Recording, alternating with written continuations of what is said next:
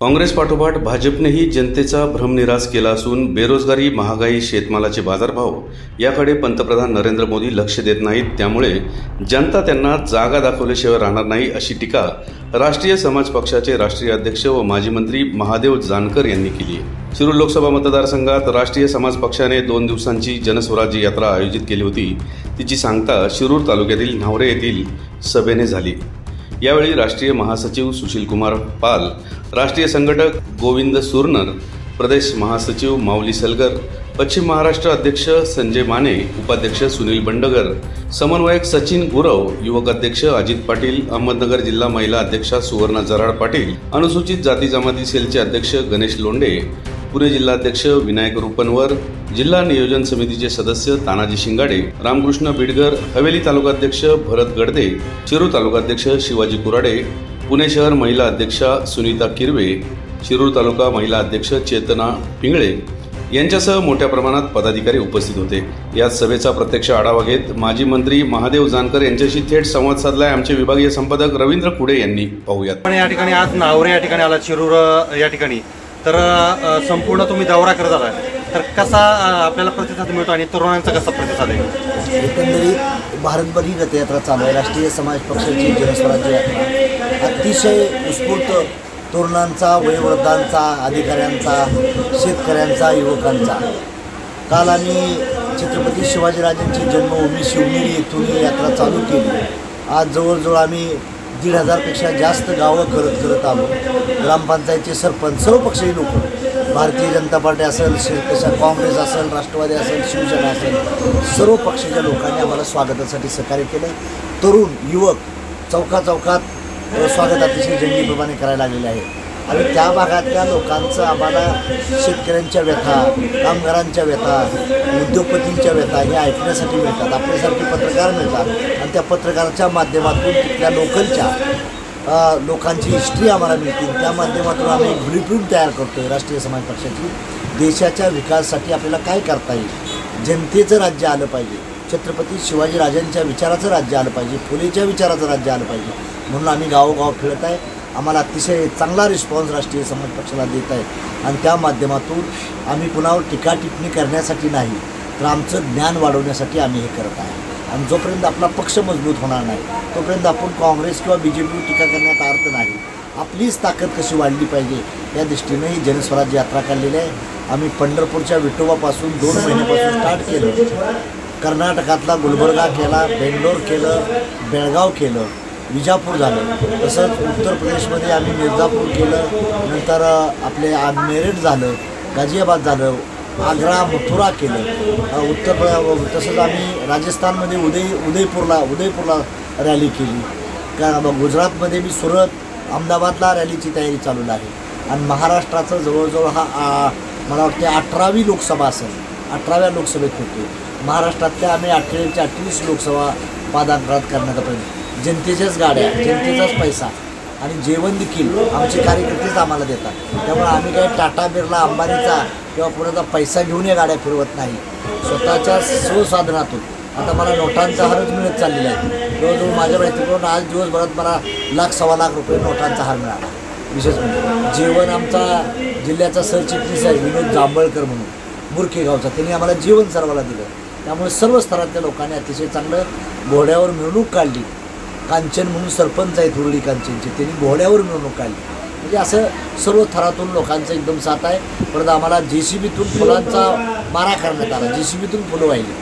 तर त्यामुळं एकंदरीत अतिशय रिस्पॉन्स चांगला आहे. आत्ताची जी आपली राज्यातली जी राजकीय पार्श्वभूमी पाहता, सगळ्या घडामोडी, सगळे 3 जण एकत्र येऊन सरकार करतात. तुम्ही पण काही दिवस सरकारमध्ये होतात, तर आता सरकारमध्ये आहात तुम्ही का तटस्थ आहात आणि तुमची भूमिका काय राहील? आम्ही सध्या आता तटस्थच आहे ना. भाजपवर आम्ही होतो, पण भाजपनं आमच्याशी दगा काय दिला की आमचाच आमदार फोडून न्याला. त्यामुळे आम्ही भाजपचा, आता आम्ही माझा स्वतःचा आमदार आहे. आता 2 आमदार आहेत माझे, मी एक आहे आणि दुसरा एक आमदार आहे. आम्ही स्वतंत्रच आहे. आता कोणाच्या आलायंचा काही प्रश्न नाही. आम्ही आमचीच ताकद, ज्यावेळेस 50-60 आमदार आम्ही स्वतःचे निवडून आणलो असतो त्यावेळेस महाराष्ट्रातल्या जनतेत आमचं कळलं काय आहे. आता स्वतःचा आम्ही स्वतंत्रच आहे. साहेब, आपण एक भीष्म प्रतिज्ञा घेतली ती आईसमोर की मी लग्न करणार नाही, मी माझ्या समाजाचं भलं करेल. आणि त्यासाठी मी घरात बाहेर पडलो आणि घरी पण येणार नाही. तुम्ही एक मोठं स्वप्न पाहिलं की मी देशाच्या उच्च पदावर पंतप्रधान पद किंवा उच्च पदावर जाईल, असं तुमचं भीष्म प्रतिज्ञा होती. मी गेली 30 ते 32 वर्षापूर्वी शपथ घेतली होती. मी कधी संसार करणार नाही, कधी लग्न करणार नाही, कधी घरी जाणार नाही. आणि ती शपथ मी आजपर्यंत पूर्ण केलेली आहे. स्वतःचा संसार उभा करण्यापेक्षा जनतेचा संसार उभा करीन आणि देशहितासाठी मी देईन. देशाच्या हितासाठी मी माझं आयुष्य कुर्बान करीन. आणि ती मी आता माझं वय 55 आहे. 55 वर्षात माझे वडील वारले, त्यावेळेस मी हेलिकॉप्टर घेऊन घरी गेलो आणि आई वारल्यानंतरच. त्यामुळे मी घरी जात नाही. माझं घरचं पाहुणं रावळं नातं काही नाही. जनता हीच माझी पाहुणी रावळे आहेत अशा भूमिकेतून मी वागतोय. आणि ते मी त्या शक्तीला मी निकनिष्ठ राहील. लग्न वगैरे तर करणारच नाही. स्वतःचा मुलगा मुलगी माझा राजकारणात वारसदार उभा राहील असं काही केलेलं नाही. पक्ष मोठा करायचा आहे आणि या देशावर राष्ट्रीय समाज पक्षाची म्हणजे गोरगरिबाची सत्ता यावी, शेतकऱ्याची सत्ता यावी, ते मी पण धावलेलं आहे आणि त्या दृष्टीने माझा आज चालू आहे. पक्ष वाढला तर उद्या आपलं राज्य निर्माण करता येईल. आपल्याला दुसऱ्याला आरक्षण मागायची गरज लागणार नाही. आपल्याला दुसऱ्याला काही मागायची गरज नाही. भीक मागून कोण देत नाही.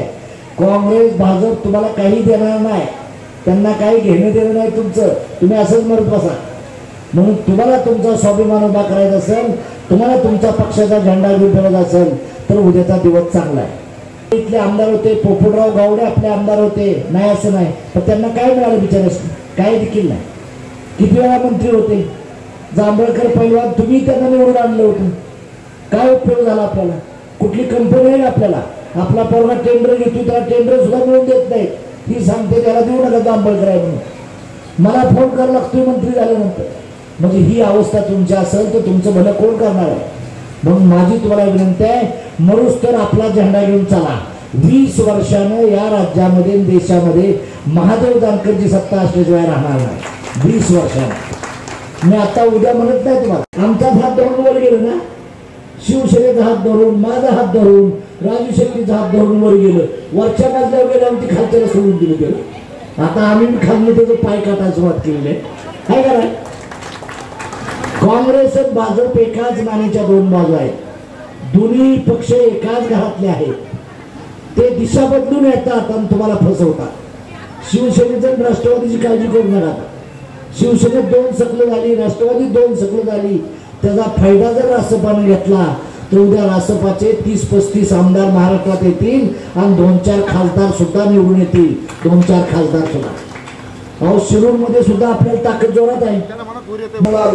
मी कमळाचा नाही, कमळाबाईचा नाही किंवा पानाचा नाही, महादेव जानकर प्रत्येक गोष्टीचा आमदार आहे.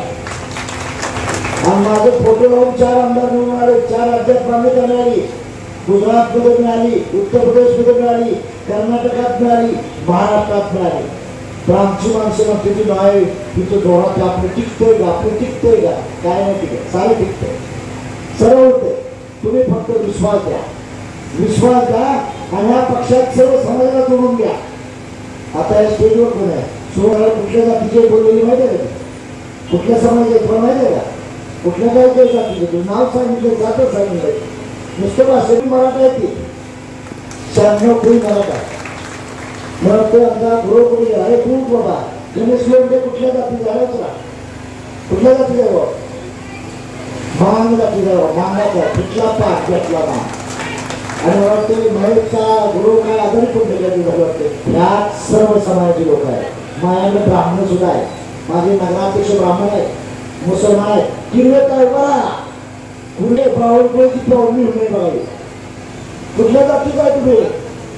तेली समाजाचे. वाघीण आमची तेली समाजाचे. म्हणजे ही नुसतं जांभळकर ती जांभळकर नाही, इथं सर्व आहे, सर्व समाजाची लोक आहेत. आज तरी मोदी साहेबांनी असं केलं की डायरेक्ट त्याला वाटते त्याला कलेक्टर करते. ओम बिर्ला नावाचा सभापती या भारताच्या लोकसभेचा, त्याच्या मुलीला डायरेक्ट काय केलं, कलेक्टर करून टाक. मग आमची पोरं 18 तास अभ्यास करतात, त्यांनी काय करायचं? उद्या तुमची अवस्था तीच होणार आहे. म्हणून तुम्हाला राजकारण करावं लागेल, समाजकारण करावं लागेल. तुमची पोरं उद्योगधंद्यात आली पाहिजे. मी पंतप्रधान झालो तर जांभळकर तुमच्या पोराला सर्व्हिस देऊ शकत नाही. म्हणून तुम्हाला उद्योगधंद्यात पडावं लागेल. गुजरातची लोक येतात, राजस्थानची लोक येतात, मिठाईचं दुकान टाकतात आणि आपला पैसा घेतात आणि ते मोठे होतात, पण आपल्याला कळत नाही. मिलियार्ड टाकतात, ती लोक धंदा करतात, पण आपला माणूस करत नाही. त्यामुळे राज्याने या देशात सर्व जातीला आरक्षण दिलं, त्या समाजाला 70 वर्षानंतर आरक्षण मागावं लागते. त्यांच्या स्वतःचं मुख्यमंत्री त्यांचं, मंत्री त्यांचं, सारे कारखाने त्यांचं, दूध संघ त्यांचं, सुरगी त्यांचं, वॉचमन आमचं, तरी बाबा भाऊ त्यांना असं होत मारावं लागतं. म्हणजे काय बांधलं आहे? मग बांधवांनो ह्याचा विचार करा, खरं राजकारण काय आहे. ज्यांना मत दिले तरी कसा धोका दिलाय हे सांगण्यासाठी आम्ही आज आम्ही तुमच्याकडे सोडून तुम्ही उंबरठा ओलांडून जरा समाजकारण करा. समाजकारणाला राजकारणाची जोड पाहिजे, म्हणून तुम्ही राष्ट्रीय समाज पक्षात आलं पाहिजे.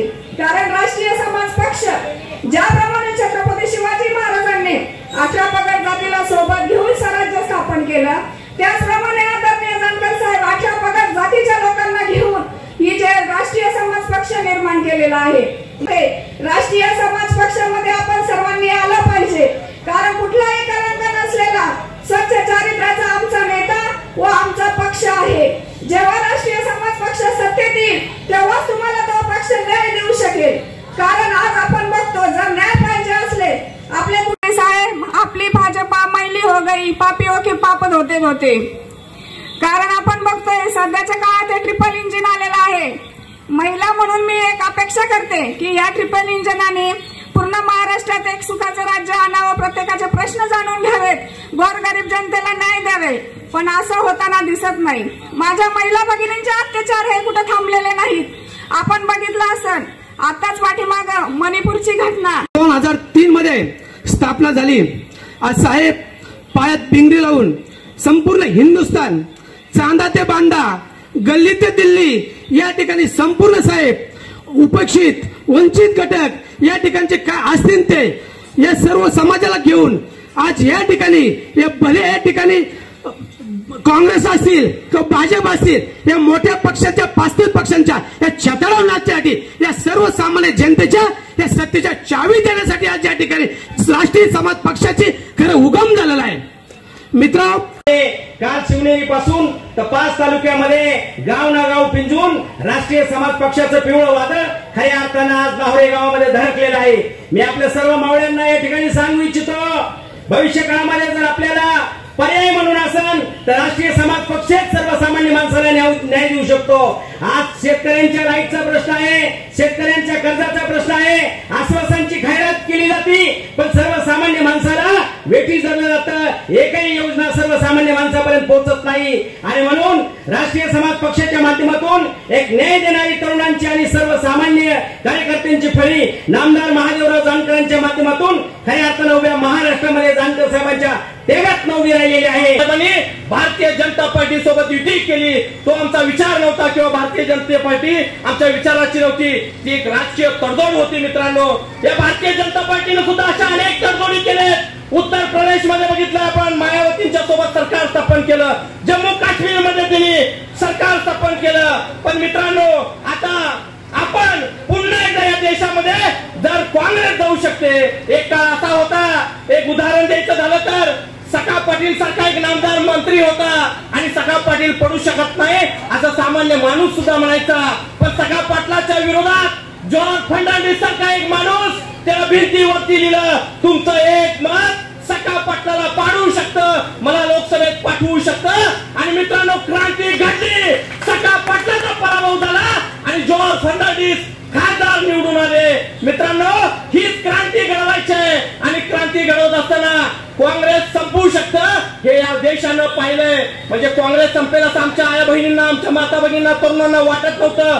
पण या देशातनं 2024ला हे सुद्धा मला घालवायचं आहे. यासाठी जनस्वराज्य यात्रा मित्रांनो निघालेली आहे. आणि यात्रा निघालेली असताना राष्ट्रीय समाजाचं स्वराज्य, जानकर साहेबांनी या स्वराज्याची संकल्पना घेऊन जानकर साहेब निघाले. साहेबांनी सत्तेमध्ये मुरदार आणि माजलेली सत्ताधारी जमात संपवण्यासाठी, बहुजन समाजावरती अन्याय करणाऱ्या या बांडगोळांना खाली खेचण्यासाठी राष्ट्रीय समाज पक्षाच्या कार्यकर्त्यांना आमदार खासदार बनवण्याचा कारखाना निर्माण करण्याचं काम आदरणीय जानकर साहेबांनी इथं केलं. बांधवांनो, शिरूर लोकसभा मतदारसंघामध्ये आज आपण जनस्वराज्य यात्रेच्या माध्यमातून काम करतोय. आज आपण पूर्ण केलेली जनस्वराज्य यात्रा आज निश्चित आज इथं असं वाटतंय की या शिरूर लोकसभेचा खासदार राष्ट्रीय समाज पक्षाचा झाल्याशिवाय राहणार नाही.